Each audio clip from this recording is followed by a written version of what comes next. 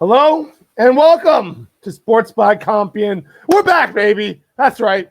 The bread and butter of this show is back on the air. I am, of course, your host, Stephen Compian, and I'm joined here by my ever-powerful co-host, the man who will hide in the shadows today and just share his wisdom with us. Corey Compian is in the house. How are you, sir? I'm doing fantastic. I unfortunately do not have a webcam, but I do have this fabulous mic where I can yell at you fine folks, and you'll just have to imagine my face, as Steven said, in the shadows, just lurking. Just imagine all the lights are off right now. Just imagine him doing tons of research right now that we're going to share with you guys and give you some vague ass information about the NFL that you're going to go away with. Was any of that even true? What really happened? What just happened the last 20 minutes of my life? Who are these guys? What is going on? I need to make better decisions. Oh my God, is another one auto starting? No, I need to change this immediately. But also I need to send this to my friends and family and have them like and subscribe to this stuff too, because this is quality content right here, don't you think? Quality content, man. You know what else I was thinking about? Being a podcast, probably not too many people are actually watching our faces. So this whole segment's probably just pretty confusing for a lot of people. I mean, we're on YouTube, so they're watching this. We do need. Aren't we on Spotify? We stopped uploading Spotify. We are kind of on Spotify, but not sometimes. Like to be. Sometimes we're on Spotify. When Dad gets around to it, God bless his soul, Mr. Shades himself, the man behind the scenes. Which shout out to all the new subscribers that came over from the Ravens game. If you happen to be watching the bread and butter of this show, we appreciate it. We, of course, try to throw up any live clips whenever we can, any sporting event we're at, whether it be MLR, NHL, random Ice Hogs games, or the NFL itself, Corey. We try to put that up for our subscribers because we just get down with that kind of stuff, you know? That's right. We like watching professionals and semi-professionals all out there doing their thing, doing athletic we're not activities. Even making anybody at all. We like watching it all. We're just here for the sports, really. Well, I'm pretty sure that's what semi-professional is, right? So we're not getting paid. Oh, true. Yeah, I'm sorry. just athletes at all levels, man. We're here for it. We support it. We love it. We may even be talking about some high school football coming up. Who knows? There's some possibilities for that here in the Rockford area, because we're just a local, sports channel that cares about our community, Corey. That's right. Local to no one place, but very local. Before we hop into the stuff you guys all came here to listen to, we're going to talk a little CARFU Rugby, right, Corey? Because, the people are already here. We might as well tell them about Division 3 Rugby in the Midwest. It's exactly Illinois League, to be particular. A very competitive league of rugby, let me tell you. It's a very fine teams. The standings are all over control, dude. So, everyone's lost at this point. Everyone has a couple wins. A lot of 2-1 teams, a few 1-2 teams. It's a fight. It's a fight out there right now in the league. Your Rockford Ravens, though, of course, Corey, the team that matters. We're 0-2 up until this last Saturday. Real bummer. We had the Woodsmen. The Ravens put themselves in a hole in the first half. A little hard to dig ourselves out, even though we had a really good second half. Couldn't quite get over the hump. Dropped the first game against the Woodsmen. And you're not going to believe this, Corey. But pretty much the exact same story against the Blaze. Put ourselves in quite the hole in the first half. Come back strong in the second. But just not quite enough. And we fall short by 6 points on both of those games. Real bummer.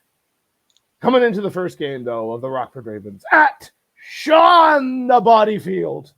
The first home pitch of your Rockford Ravens. Did you know we have our own home pitch now, Corey?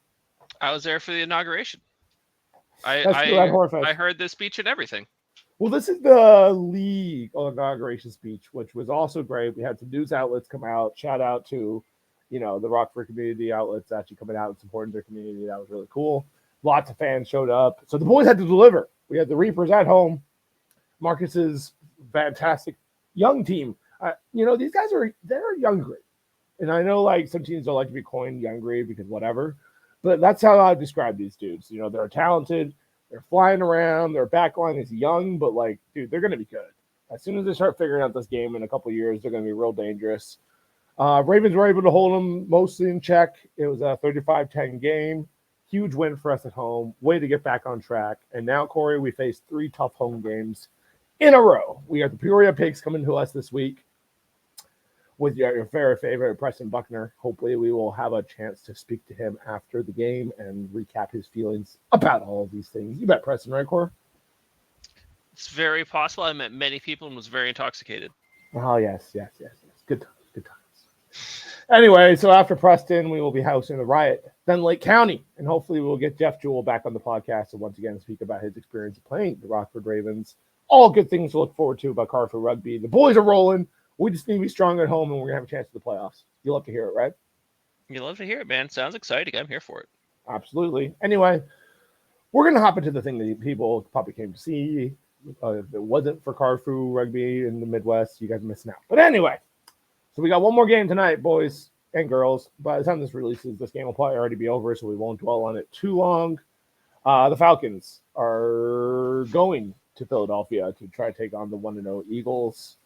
Tough start for the Falcons last week against the Steelers. They just looked a little sluggish on offense, but it's to be expected with Kirk Cousins getting used to a brand new offense. What you say, Cor? And the Steelers just being the Steelers, man. Yeah. They've been putting a hurting on everyone. That defense is a problem. Yeah, it turns out it's really hard to block TJ Watt. I don't know if you knew this. Did you see his like foot slap that just decked Bo Nix? He did a wraparound. He's like in like a push-up position, and you just see his hand fly out, slap Bo Nix's heel, and you see Bo Nix just like explode and like fall on the ground. Like I think he got the ball off before, but he literally tackled him by just slapping the shit out of his heel. Yeah, I believe it. That's probably some force coming with that slap. But yes, the Falcons were a little slow off the line, and now they find themselves 0-1 and going against a very good Eagles team, Corey. I don't suspect this is going to work out very well for them. Jalen Hurts is looking hot in the early going here. A.J. Brown out for 2 weeks, though. Ooh. Or out for week 2 at least. Okay. All right, well, they leaned heavily on their new acquisition, Shaquan Barkley, last week. I suspect they'll probably do the same against the Falcons, although the Falcons' run defense is no joke. That defense in general. Barkley is very good definitely defense. Good. And also, it's not like, I mean, they still have Devontae, so they're probably okay, like without AJ Brown for a game, you know? Yeah, no, for sure. Yeah, probably got some other names around there too. But anyway, like I said, this game is going to be decided by the time this comes out, so we're not going to overly focus on that. Overanalyze it. Instead, let's focus on the games that have happened, such as the Bills traveling down to Miami and absolutely destroying the Dolphins. Tua looked rough in this game. People are questioning whether he should still even play football. Idiots are, but most I don't even know if it's just idiots at this point because dude, this guy's concussed up. Yeah, his brain is. At least he needs a season off, dude. I don't know, as soon as this is one of the games I actually saw. As soon as I saw it hit, I was like, deja vu of, last year. It's getting crazy because I think this is one of the first quarterbacks that we've talked about that we're like, dude, maybe you should retire. I feel like, and he just got paid. He just got paid. He's still super young. 3 interceptions on the day was a tough day for anyone at the office. And I think that's why he ran it, because he was getting frustrated. He knew that he was fucking up. He's like, I gotta make something happen. Let me just run full force into this dude's head after he already had the first down. Like, he ran past the first down and tried to power into the end zone and knocked himself out. It was tough to see. Poor Tua. Well, I do hope he's okay. You hate to see it, man, especially a young, talented player like him, and the Dolphins finally doing well. I'm here for all that stuff. Yeah, I do like seeing the Dolphins do well. They're a fun team to watch because they're one of those that, similar to the Cowboys, beat up on bad teams, struggle against good teams. But when they're beating up on a bad team, it's pretty fun to watch. It sure is. It sure is, Corey. Anyway, but the Bills come out on top on this one. Josh Allen pretty much didn't have to do much. James Cook had himself a day with 3 touchdowns. I think they sort of had this by halftime and just pretty much let up the gas a little bit in the second half. Yeah, Bills looking dangerous. They're off to a good start, handling their business against the AFC South competition. So now, this one's interesting. The old Raiders find themselves 0-2. That's tough, and it was against Vegas, no less. I think a lot of people picked the Ravens for this game. Is Lamar Jackson doing enough? Is he really a franchise quarterback? Does Derrick Henry eat 10 pork chops a day? These are the I think questions. he's a few small children. But yeah, frustrating time for these Ravens right now, man. They lost by one touchdown, now a field goal, and you got to be frustrated if you're a Ravens fan, just dropping against the Raiders, right? The thing I was thinking about today, like, who is the better 0-2 team, them or the Lions? Because both of them have like barely been nibbled out twice in a row. So I And hate to tell you, the Lions are 1-1. the Lions, they beat the Bucks. Nope, but they did beat the Rams. Well, never mind then. This totally defeats my argument. I think the Ravens are the best 0-2 team then. They're probably the best 0-2 team. I think that's a fair assessment. I think they just need to get it together. Nothing too serious, but shout out Gardner Minshew with 276 yards against the Ravens offense. I mean, defense, that's pretty good. No help from the run game whatsoever. So anything they got going on, it was all due to that passing game. So just one man show, the man with the mustache. Hey, Devontae Adams is the big day too. Finally, True. Kind of looking for that. They found somebody who could get Devontae Adams the ball. I know. Did you see that one catch he had on the sideline? Where he's basically parallel to the floor. It's crazy. He just is standing there forever. He's like, oh, finally the ball's here. I guess I could. They threw the ball, like, if he's like 6'4", they threw the ball 6 feet and 4 inches out of bounds, and he was like, "That's fine. I'm tall enough. I'll take that. No worries. Good pass, bro. Good pass, bro. Thanks, Gardner. This is all in my catch radius. It's all under control. Don't worry about it. It's all great. Now this works. Like, imagine if you're that DB. Like, what is the defense there? Kick his heels? Like, what the fuck are you supposed to do? Well, he got burnt so bad that it didn't matter what he was gonna do. He was making up ground that whole time. Still, he could be like right there, staring at Devontae Adams, just like fall into the void. Like, how do you stop that? Fall into the void, dude. I heard that Andy Dalton has been named the starter over there at the Carolina Panthers. This is getting bad, Corey. Look at this. Punt. 18 starts for you before he got benched. Punt. Damn, dude. Oh. Is this can't all be Young's fault though? There's no way a team is this bad. He didn't hit 100 yards. That's not good. That's really bad, Corey. Dude, I like, after New Orleans just demolished the Panthers, I was like, whatever, it's New Orleans. Like, of course, everyone's going to beat up on the Panthers. And then they did it to the Cowboys. I was like, oh, wait, are they good now? What's happening? I know. I think that's what everyone was thinking. We'll hop to that game in just a minute. But yeah, dude. All right. So to be fair, who's he throwing it to? Dante Johnson and Adam Thielen? He's like, I'm just going to throw it to Tommy Trumbull all the time. And like, these are not long completions, dude. Like, Tommy's getting 3 receptions for 23 yards. Like, what's going on there? We got to start spreading the field. That's what I'm saying here. Adam Thielen, the dude who's like the oldest white dude in the league, and he's like got your longest passes. Yeah, dude, you got to start chucking it downfield, Bryce. Like, let's throw some interceptions. Fuck it. They already benched you.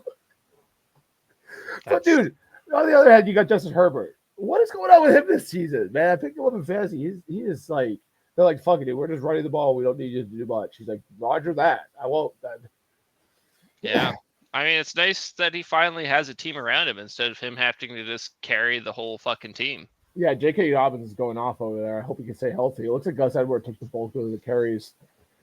So that's a nasty 1-2-headed punch between them. I mean, dude, they're both over 15 carries. That's just a run for offense right there. That's crazy. Good for them. And Quentin Johnson coming out in his sophomore year now with 2 touchdown receptions. Big day for the boy. Yeah, I'd love to see it. Not much else to say about this beatdown. The Chargers are looking pretty good, though. I'm curious to see how they'll do against a really good run defense. But obviously, they've mauled the early competition, which was, to be fair, I think it was the Raiders they played last week. So, and the Raiders just beat Baltimore. So I don't know, man. I'm still what this New Orleans game taught me is like, we don't really know where everyone stands just yet. Everyone's still trying to figure it out. Like, I remember it wasn't until week like 6 I finally started respecting the Texans. I was like, nah, they just managed to nibble out that game. They're terrible. And then like by the end of the season, I was like, all right, fine, you're good, whatever. Pretty much. Maybe this year I'll give the Saints a little bit more respect early because, dude, I watched this game. It was painful to watch, but they showed this one stat where like they were doing everything, man. Like their line just was dominating the Cowboys defensive line. They had no pressure on the quarterback. They were, doing runs well. They were doing passes well. Like there were no answers, and I think that starts with the Saints O line. They held Micah Parsons to 2 tackles and 2 pressures, which is, if you can do that, then that's kind of the heart of the defense. Also, like we had a year of not seeing Trayvon Diggs. We had a year of not seeing Trayvon Diggs, and when I saw him out there yesterday, I was like, I remember this about him. He doesn't wrap his tackles. Like he kind of just throws his shoulder and hopes for the best, and sometimes that's enough. But more often than not, with these bigger running backs like Alvin Kamara, they just kind of like see him, like he'll throw a shoulder without looking, so they'll just kind of see him throw himself one way, and they'll just juke the other way, and then he falls down and they keep going. Like he's not great against the run. So that's why Kamara kind of went off. Well, yeah, dude, they just ran at Diggs, and he would kind of let them. 3 touchdowns for him on the, and he also had that long receiving touchdown, so 4 total, 65 yards receiving. So yeah, Kamara just kind of went off. It looks like. I think he had 4 in the last game against the Panthers as well. And again, it's really easy to run effectively against a line. Like you see him on some of those runs, he's untouched coming through the line. It's not until he gets to like the linebackers and the safeties that he has to, do stuff. Like he's just getting through them like butter. Damn. Yeah, it's rough to see, man. It's not what you want. Even Jamal Williams looks like he was moving through there, a 4.8 average. Yeah, Dak definitely didn't help with like a fumble and 2 interceptions. I will say Tolbert, though, my boy Tolbert had one of the better catches of the game, and he recovered a fumble on the goal line, which allowed us to get a field goal. Nice. Yeah, Jalen Tolbert, pretty good day. 6 receptions for 82 yards too. But yeah, dude, what is it with Dak? Like whenever like the other offense starts doing well, he just like falls apart. He's like, "What? They're gonna play offense today? I gotta call it sick. Sorry." I think that was what I was watching. I was watching the Saints just explode on them, and I was like, "Well, surely Dak's gonna get his life together here and start answering." Because I mean, sure enough, I don't know if it's because of the score, but it looks like the Saints completely slowed down in the second half. I mean, granted, the Cowboys did too. They got an extra field goal. It was a mess. Well, the Cowboys only had like 1 touchdown the whole game. Other than that, it was all field goals. Like Aubrey had himself a day. But I think I hate to say it, dude, but I feel like maybe Dak is just kind of believing the haters, where they're like, he can't handle the big games. Like I think he gets in his own head, because you're right, he does kind of. He'll start off good, one thing goes wrong, and then he just implodes. Like he doesn't have the leadership. It doesn't seem like he handles adversity very well. Like when things like when they're up, well, he's away and sprinting. Right. But as soon as it gets tough, he's like, I don't know. Everyone hates me. I'm just going to give up. Yeah, it's really weird. It's like he needs to start being the type of leader that can lead his team out of these tough games where things aren't going well. I think he was really counting on his defense to like shut them down, like based on the pre-game interview I was hearing on Fox. Like it was like, yeah, our defense is gonna shut them down. We're just gonna score a bunch. It's gonna be a good day. I'm like, that's absolutely the mentality you want to have. But like when your defense doesn't come out like that, you got to be like, all right, well, looks like we're scoring 50 points today. No worries. Right. You got to do that. Like, what was that crazy? I think Rams, when they still had Jared Goff against the Chiefs in like just some random Thursday night football game where it just like no defenses showed up. It was just every play was a touchdown. And like the thing is with the Cowboys defense that you guys have, it's like just stay in the game. Keep the possession of the ball for a little longer. Don't keep on giving it back to this hot offense right now, and we'll probably be fine. Yep. Slow them down at least. But anyway, tough game for the Cowboys. Saints are looking legit. But it's week 2. There's plenty of time to rally. I'm not worried about it. Plenty of time to rally, exactly. And God damn it, the Saints, dude, terrible organization. Hate to see them winning. Well, onto a team we definitely want to see winning, the Tampa Bay Buccaneers. Pull off a tight one in Detroit. And let me tell you, Corey, this was a nail-biter. Based on how the announcers are carrying it and how just the national fan base, I would say, we're very disappointed to see this result, but not your boy. Huge win. huge win. A lot of field goals, as you can see from the stat line here. The Bucks offense was struggling, to be fair, against very good Detroit defense. So like we had, turns out, no answers for Aiden Hutchinson, which really bad game for Luke Gedeke to go down with injury or whatever it was, and he missed the game because Corey, his backup was not good at blocking that guy over there, that defensive end who plays for the Lions. Out there just stealing people's lunch money. Dude had 4.5 3 sacks. He had 3 sacks in the first half. He had 4.5 sacks, dude. 3 of them were in the first half, though, right? Yeah, 3 in the first quarter, and then like it started to slow down a little bit after that. But dude, he was bringing tons of pressure the whole game. So even the ones that he wasn't scoring, like the only reason it wasn't worse was because Baker just kept on getting away and like running away for his little life. I'm sure you may have seen the highlight of him on that final drive, getting the first down and just absolutely breaking Rigoberto, I want to say. That dude who won Hard Knocks from the Lions. Dope dude, really like him actually. But he did get his ankle broken by our boy Baker, who led the Bucs on a much needed touchdown drive to answer the Lions touchdown. Ultimately, ended up winning us the game because, man, we could not get anything else going offensively besides that. Rashad White just could not do anything on the ground, dude. It was crazy. I think he had, where is it? He had 10 carries for 18 yards, Corey. That's a 1.8 average. That's a yikes right there. That's a yikes, my guy. It was a tough day at the office running the ball, and we did not give up. We were still like, let's do it like 17 times and hope for and almost every one of them was a disappointment. But Bucky Irving started to get some carries in the second half, and he had a little bit more success. But overall, our O-line kind of got their ass kicked by that Detroit D-line. I was going to say, that's what it sounds like to just be a bad line versus the complete opposite of New Orleans, where they shut down the big playmaker. They were giving their running back run lanes. No one was getting to their quarterback all day. Yep. Just tale of two different lines, man. Yeah, so we had Luke Gedeke out for sure, so that was definitely one of the things. But overall, just a little crazy. But anyway, Chris Godwin was just like, whatever, dude, just throw me the ball. I'll carry the game. No big deal. And he pretty much had all the receiving yards for the Tampa Bay Buccaneers. Evans had a couple, but it was mostly Godwin with 117 yards on 7 receptions. Pretty much carried the Bucs offense. He seems to be becoming the guy over there. He's kind of always been like our engine guy. He's starting to get back a little healthier now from that knee injury a couple years ago. And he's starting to look a little bit more like himself now. And plus, I really think our new rookie, Jalen McMillan's adding an extra dimension to our offense. They're having to watch for him, like taking stuff off the top. So that's been huge. When I saw him this year, I realized he's still 14. He didn't go back to 12 after Brady left, huh? Yeah, no, he stayed with 14.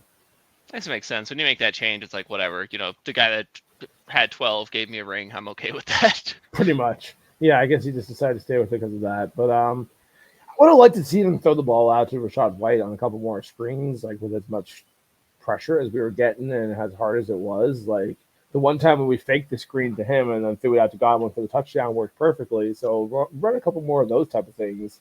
Get the pressure off of Baker. Let Rashad White cook out there because he's way better when he's catching the ball as opposed to running it. The dude cannot find space apparently. So anyway. One thing that was kind of funny, the bar I was at was not great. Like they had 1 million TVs, but they could only have 2 games on at a time. And being as how this bar was in Costa Rica, it was very important to have soccer on at all time. So there was women's soccer between, I want to say, Brazil and one of the Koreas going on one of the screens, which was interesting, and the Cowboys game on the other. And then once it was very clear that the Cowboys game was over, they turned on the Bucs game, so I got to see the end of the Bucs game. Oh, cool. Yeah. All right. Well, anyway, so the Lions, dude, Goff had himself quite a day. You see 307 yards passing. The first interception he had was definitely suspect. Izzy may or may not have been sort of tackling the intended receiver, so it would have been hard for him to catch it, and therefore led to an interception by Mr. McCollum himself, who had a fantastic game with a lot of pass breakups plus an interception. But the second one was just Izzy doing a lot of pressure. We finally got some pressure on Goff. He mostly had a clean pocket for a lot of the day, but we did get some pressure on him in this particular play. He rushed the ball out, turned it into an interception, which was clutch. That was about 7.5 minutes in. That was huge for us and sort of sealed the game. You know, we had to do a lot more after that, but that was huge. Christian Indian filling in for Antoine Winfield. Had himself a day, Corey. It's good to see. We love to see that as a second-year player. Yeah. But yeah, Amon St. Brown, 11 receptions, 119 yards. He went down with an injury. I hope he's okay. Jamison Williams got us over the top on one play. Overall, held this very talented Lions offense in check for most of the day. Jahmyr Gibbs as well. You love to see it. Love to see it. Speaking of things that you may or may not love to see, the Packers fans were happy, dude. Turns out their defense is finally showing up and looking legit as hell. How are they doing without Love? So, as you see, they won. Mr. Malik Willis didn't do a lot for them, you know, but he did enough. He didn't throw any interceptions, threw one touchdown, had some rushes of his own. But Josh Jacobs, they pretty much just hopped on his back for the day. Dude had 32 carries, 151 yards. Apparently had one fumble on the goal line, but other than that, pretty stellar day out of Mr. Jacobs. Did you see the Packers center that threw up on the ball? I did see that play, yeah. Apparently, during the play, afterwards, the coach was like, "Hey, why did you run that?" He's like, "Well, there was puke all over it, so I didn't want to try to throw it, and one of the receivers dropped it because of that." So, also, just imagine a ball spiraling and just puke spirals in all directions. Yeah, pretty. I definitely have experience with puking during games. Can't testify, little center. Good for you, buddy. That's what I was saying. I was like, that's a definition of can-do attitude. My man's like, I'm gonna puke. Holy shit, I feel like ass. Snaps the ball, just fucking stands and delivers. He did not take that play off. He literally he still blocked. Snapped the ball and then just hit the dude in front of him. Yeah. No plays off when you're in the NFL, man. Love it out of him. Tough day for Anthony Richardson and the Colts hope himself with 3 interceptions, Corey. He does stay healthy. It looks like they just need to get the ball to Taylor more often. 12 carries for 103 yards. He was kind of going off. One very long carry. But, yeah, dude, tough day at the office for the Colts offense for sure. Yeah, sounds bad.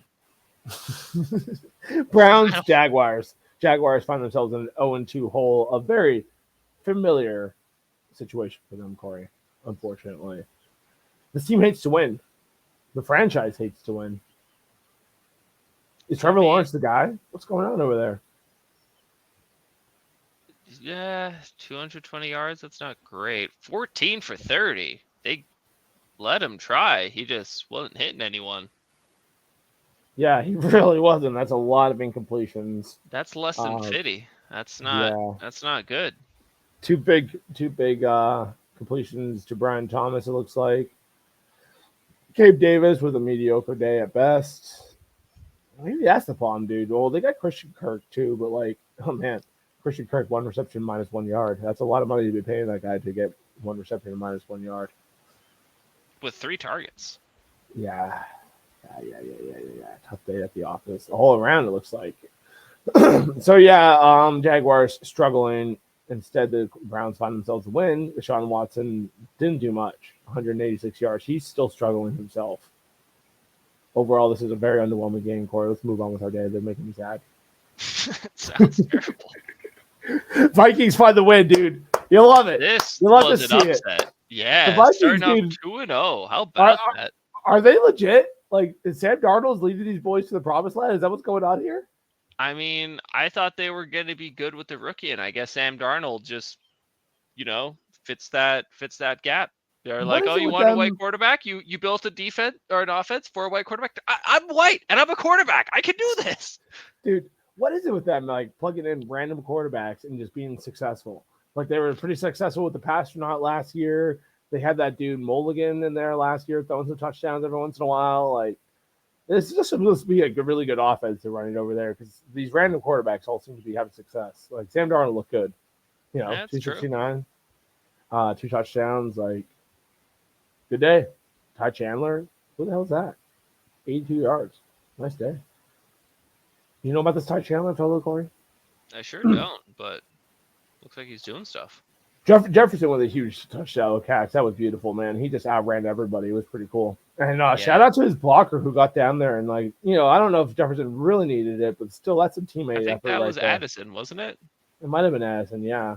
Got I think all he the way had down there number with that 6. last block. You'd love to see it. That's some real teamwork right there. He's like, That's a good I want to receiver. get down there and do the gritty with him, bro. Pretty much. He's If like, I get there and I throw this block, I can do the gritty. it was dope. I want to be on the highlight. Honestly, yeah, that's a great way to get on the highlight. It's a great film, dude. I don't know why more receivers don't do that kind of stuff, but yeah, that was a great last block for him.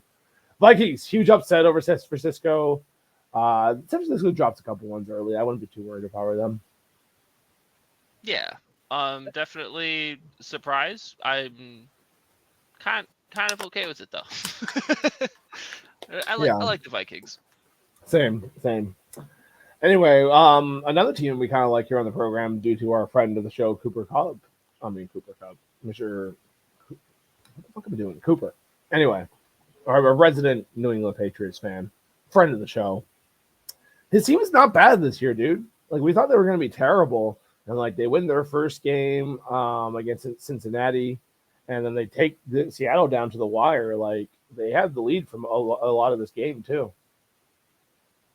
Yeah, seems like Maybe not a lot of this just game, going to kind of be, the bridge quarterback they need.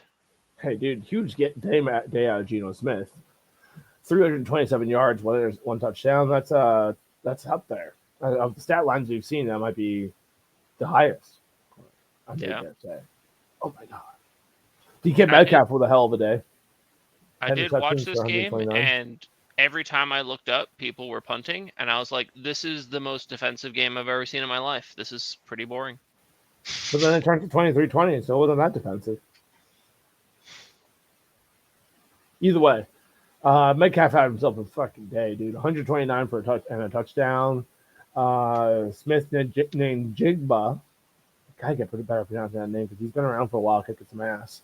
And 117 yards for him. I think they just call him SJN. Oh, cool. I'm gonna start doing that. Jacoby is short form. Just say I love that. Yeah, so Jacoby Brissett, kind of an underwhelming day though. 149 yards, one touchdown, nothing crazy, nothing too good. Antonio Gibson's finding a nice little running motion over there, and 96 yards on 11 carries, better than the Rashad Stevenson who had the bulk of the carries. And looks like Jacoby got loose a couple times too. But overall, I feel like this team is still missing what we kind of talked about at the beginning of the year. Who's their big threats? You know what I mean? Besides their running game, it doesn't seem like they're too dangerous in the passing game. I mean, they're throwing the ball to Hunter Henry. That's cool. You kind of need some deep threats too, though, Where did Hunter Henry come from before the Patriots? Chargers. First I heard of him, it was whenever the Patriots signed like 17 veterans in a day. Yeah. Yeah, Belichick was going old school for that. We're going to speed this up a little bit because we've been kind of talking about these games and giving you vague details for a while. Here's Sports by Compian fans, and we need to move it along, okay? Right, Corey? Places to fucking be, man. Places to be. Snaps to take. Stuff to do. Aaron Rodgers did all right. He did okay. Dude hasn't thrown it for over 200 yards yet. But whatever. He got himself a couple touchdowns, got the win. Did you see that fucking catch by Breece Hall, dude? Holy cow. That guy's like, he's a running back, but that was a freaking hell of a reception. That's better than a lot of receivers could do. That guy might be him. Bryce Hall is, he's apparently like running back 2 or running back 1 now that CMC has been out so far. Yeah, for sure. Yeah, had over 100 all-purpose yards, a touchdown. Another solid-ass day out of him, man. I would say that was a huge contributing factor with that. And Will Levis had a tough day at the office again. Not terrible. The way our friend of the show, the weird shovel pass fumble thing that happened. That was a little. But that's also just him trying to be somebody, Like he's trying to not give up on the play. Sometimes you gotta be careful. You get a little too much Carson Wentz in you, you'll end up on the street. Yeah, that's true. You can't be too Carson Wentz. You can't, balance. There's a balance between Mahomes and Carson Wentz. Don't follow the Carson Wentz signal of things. You'll end up, without a job. Well, Patrick Mahomes also tries to make stuff happen. That's what I'm saying. So that's the spectrum. Patrick Mahomes tries to make things happen, and they actually happen for him. Carson Wentz tries to make things happen, and he loses his job. Right. Got to find the middle ground, man. Exactly. Or just, don't try to do crazy shit and just be normal. But either way, Mr. Captain Mayonnaise himself needs to figure it out. Not a great start to the season. He's being the reason they're not winning games right now. You need to find a way to at least not be the reason you're losing. You know what I'm saying, Cora? I hear you. Anyway, the Commanders found themselves a win, which I'm not surprised about. They played quite well against the Buccaneers. The Giants looked a little better in this game. Daniel Jones, They got a touchdown.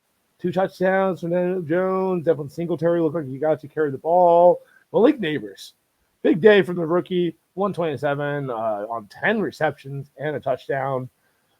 Pretty much Daniels just like, I'm just going to throw it to you. 18 targets, Corey. And you know how many he targeted all the rest of everybody else? 9 times total. And then Malik, 19. He's targeting Malik double as much as he's targeting the rest of the team combined. That's wild. That's crazy, dude. Also, does he not have... Oh my God! I think Devin Singletary was going to carry the ball. Here he is losing a fumble. God damn it, Devin. Where's Terry McLaughlin? Did he just not throw to him? Yes, not Corey. Was his name Malik Neighbors? No, he didn't throw it to him then. Wait, are we looking at the Giants? Yeah, the Giants. Okay, that's why. I just saw the Commanders thing. I got confused. But dude, look at this dude, Peanut with 2 sacks. Good for him. Decent day. Damn. It looks like they had a lot of sacks in general. Their defense looked like it was doing their thing. Just not quite enough to get past the young rookie Jaden Daniels. Once again, did not throw a touchdown. Oh no, he did throw a touchdown against the Bucs, did he? I forget. I think he ran for his touchdowns mostly. So I still don't think he's thrown an actual touchdown pass. But Brian Robinson's looking like a legit number 1 running back. 17 carries, 133 yards. Does not look like he fumbled the ball, which is good. So, yeah, big day out of him. Zach Ertz carries the Commanders in receiving, leads the Commanders in receiving, and it's enough to get the job done, Cor. Yeah, whatever it takes. Terry McLaughlin, 6 catches. It's not terrible. It's pretty good. Oh, Scary Terry himself? Yeah. Yeah, there he is. Only 22 yards, though. How did he have 6 receptions? Sounds like he's just been the check down guy. Yeah, 8 targets. Interesting, Corey. But we don't have time to agonize too much over the Commanders because some people are not. I don't know if this is their year. I could be wrong. They also ruined their field, which is just hilarious. Speaking of confusing teams, what is going on with the Cardinals, dude? This team started out hot against who was it last week, and they kind of dropped the ball in the end against somebody good. Was another red team, I want to say. Yeah, I forget who. Oh, was it? It wasn't the Chiefs. 49ers? Yeah, no, one of the 49ers. I don't know who it was, but either way, dude, this time they didn't drop the ball. They absolutely demolished the Rams, who are a pretty good team. So I don't know what the heck happened here, but they came out firing. This game was in trouble for the Rams early. They were up 24-3 at halftime. Jesus. I feel like Kyler Murray might be a similar situation to Dak, where he's good when he's good and terrible when he's terrible, like very emotional leader. Yeah, I can see that. Because, big day out of him, 266 yards, 3 TDs, 2 of them to the young Marvin Harrison, who blows up as a rookie. People who drafted him early in the draft were being laughed at last week must feel pretty good about themselves if they kept him in the lineup. Unlike our friend from the show, Taylor Seitz, who took him out. Nope. Hoser. And then Trey McBride with a big day, too. 67 yards on 6 receptions. Good stuff. Kyler Murray was running all over them as well, 59 yards through the ground. But James Cook with a nice day, dude. Do not count out James Cook. This guy's like, he's been up for a while, got traded. They're like, whatever, James. You're just a Connor, not Cook, by the way. But anyway, Connor's just like, dude, I'm just gonna continue to do my thing. Solid fantasy option you can find. I think he found him in the very late rounds, and he just continues to deliver. Yeah, consistency, man. So I think the Ravens are probably still a better 0-2 team than the Rams. I think the Rams might be the only other like contenders for that title. They might be the second best. Oh wait, Cincinnati is also 0-2. And they definitely look better against the Chiefs, but we'll hop to that in just a moment. Who might be the worst 2-0 team? I'm not going to say Pittsburgh because their defense is freaking scary, dude. But they're not putting up, say, a lot of points every week, Corey. So, but dude, the Steelers, I've been paying attention to the Steelers for a little while now because of Frankie. Dude, they never score points. They don't want anyone to score ever. We're not going to score. You're not going to score. Maybe we'll kick a field goal sometimes. We'll fucking decide. But you're definitely not going to unless we want you to. Like, dude, they are just going to go out there and play their brand of football. And it doesn't matter who they're playing. You're playing our brand of football also. Nobody fucking score. Tons of fucking punts. Tons of sacks. They are just the most. You can tune into a Steelers game and you know what you're gonna fucking see, dude. It's just gonna be a low-scoring defensive mauling where nobody has fun. TJ Watt, of course, got himself a sack. He's like, whatever's happening out here, I'm getting a sack, okay? Dude, I'm gonna tackle you by your fucking foot. I don't care. Whatever it takes. Whatever it takes. You can't stop me. I'm too powerful and white. So big day for them defensively. Justin Fields once again does just enough. So 117 for a touchdown, but no interceptions. Unlike his counterpart over here, Bo Nix. Yeah, great job throwing 246, kid. But the 2 interceptions. How dare you? How dare you? No, but he did have 25 yards and 4 carries. That's kind of cool. Getting no help from Javonte Williams, who had a worse average than Rachaad White, who at least had 1.8. This dude had 1.5. Get it together with Javonte. It's also scary how good that Steelers run defense is. Dude, nobody has fun here. You've entered the Steel City. There's bars everywhere. And then, yeah, dude, Cincinnati drops it. You know, they had this for a little while, but I kind of always knew Cincinnati was going to go back. But did you see the pass interference call? It was the refs really came right through the receiver. So it's like, yeah, you can't do that. That's kind of textbook. But he could have been playing the ball. Like, there's an argument he was playing the ball. It doesn't matter. You can't come through the receiver to play the ball. I think you can. I think it's like the definition of pass interference is coming through somebody like that. So, yeah. Then how do you moss someone? Because mossing someone is basically coming through them to make the catch. Not hitting them too hard, and then you're pretty much reaching over them and grabbing the ball. Plus, offensive players mostly do the mossing. Yeah.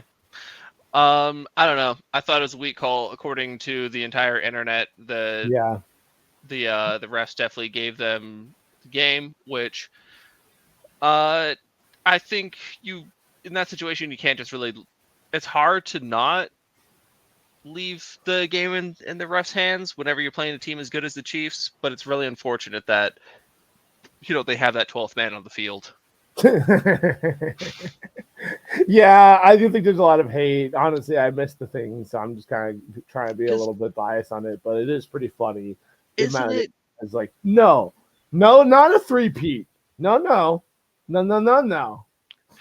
Isn't it also like I think it was these two in the Super Bowl, or at least in one of the championship games, where they there was like a late hit that they and it's like, again, the refs just saying like, listen, Ohio, go home and eat your cats. Don't be out here trying to beat the Chiefs. Oh man, but yeah, the Chiefs get by with another one. 2 interceptions for Patty Mahomes, so kind of an off day for him, and they still prevail, still get the win. Rachaad White out here touchdowns, drag racing, whatever it takes for the victory. You know what I'm saying, Cor? Whatever it takes, man. Whatever it takes. And speaking of first round pick receivers who are probably not going to pan out, I'm just kidding. It's a little early yet to tell Caleb Williams, but the dude is struggling to get over 200 yards passing, and he keeps on throwing interceptions, which is also not good. Cor? I saw a picture of him looking just really bummed out, and then they put a side by side of Justin Fields also looking just really bummed out, and they're like, what being the Bears quarterback will do to you. Oh no. But speaking of which, we were talking about bad averages. We found yet a third, even worse one than the first two, Corey. Mr. DeAndre Swift himself with 14 carries, a whopping 18 yards for a 1.29 average. Damn, dude. You gotta help out your rookie quarterback here. What are we doing? Yeah, it's give the ball to Khalil. I mean, he had 2 for 3. It is sad to see Swift struggle once he gets away from a good line. Oh man, yeah, that is tough. That's a tough day at the office for Mr. Swift. DJ Moore looked very upset during this game, rightfully so. He's like, "What is?" I'm like, no, like there was like a. I thought it was gonna end up on the internet for sure, and it probably still will. Just like you see, like Keenan Allen talking to Caleb Williams, and like they're like over there trying to figure it out. You see just Moore just staring blankly into the abyss, just like no, it's all I know over. that exact picture, and the caption was, "We shouldn't have traded Fields. we should have stuck with Fields, man." Either way, tough times all around for that Bears team, and there was so much optimism coming into the season. They might still pull it off, Corey. They got a legit defense. They held CJ Stroud mostly in check. He did have a couple of escapes and thrown out to his receiver Nico Collins, who apparently no one can cover now. But yeah, mixed another slow day. He did better than those last three running backs we talked about, Corey. He was 2.79. Okay, that's big. And also, like, the Texans are a good team, so it's not surprising to see him do some stuff. Exactly. No, the Texans are a very legit team right now. Stephon Diggs a little bit more a quiet day from him, and they mostly held this offense in check, like I said.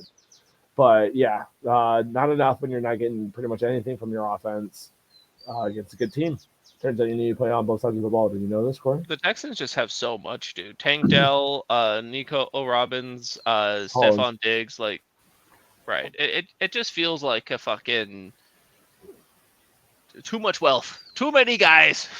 No, Give us some of your guys. For sure. It's a juggernaut coming at you. Absolutely. But anyway, that's what we have to say about week 2 of the NFL season and the season and the whole thing at large. It's happening. It's out there. It's a part of our lives now. Get excited about it, people. Right, Corey? Absolutely. Get excited. If you're not excited, get excited. Get excited. And in the meantime, football's back. So like and subscribe. We're going to be out here pumping out some football content. It's going to be really good stuff. Also, CARFU randomness. That's right. Anyway, Sports by Compian. We're out of here.